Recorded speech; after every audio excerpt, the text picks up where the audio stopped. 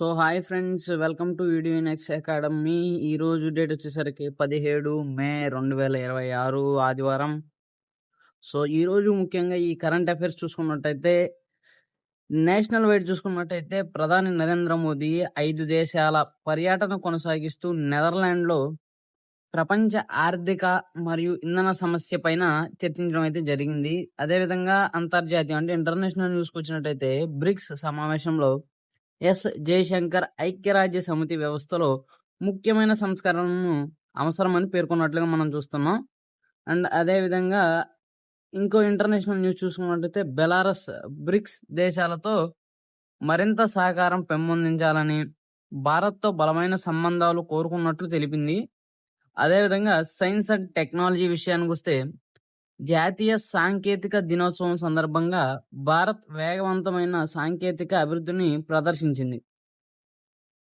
ఆర్థిక వ్యవస్థకి వచ్చినట్లయితే, భారత్లో తొలి ఎస్ఎంఈ కమర్షియల్ సెమీకండక్టర్ చిప్ తయారీ యూనిట్ను రాజస్థాన్లో ఏర్పాటు చేస్తున్నట్లుగా తెలుస్తుంది మనకి. అదేవిధంగా రక్షణ న్యూస్కి వచ్చినట్లయితే, భారత్ మరియు కంబోడియా సంయుక్త సైనిక విన్యాసం సిన్బ్యాక్స్ 2 2026లో నిర్వహించాయి. అదేవిధంగా ఇంపార్టెంట్ డేని చూస్తున్నట్లయితే, మే 17 ప్రపంచ టెలికమ్యూనికేషన్ మరియు ఇన్ఫర్మేషన్ సొసైటీ డేగా మనం ఈరోజు అనేది జరుపుకుంటాము.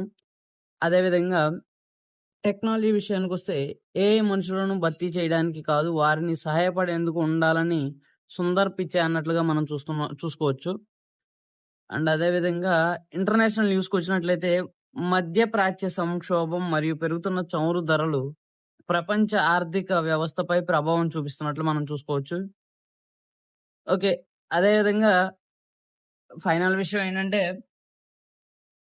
ఎస్ఎస్సి, యూపీఎస్సి, రైల్వే, ఏపీపీఎస్సి వంటి ఈ పోటీ పరీక్షలకు ఈ యొక్క కరెంట్ అఫైర్స్ అనేవి మంచిగా ఉపయోగపడతాయని కోరుకుంటూ సెలవు తీసుకుంటున్నాను.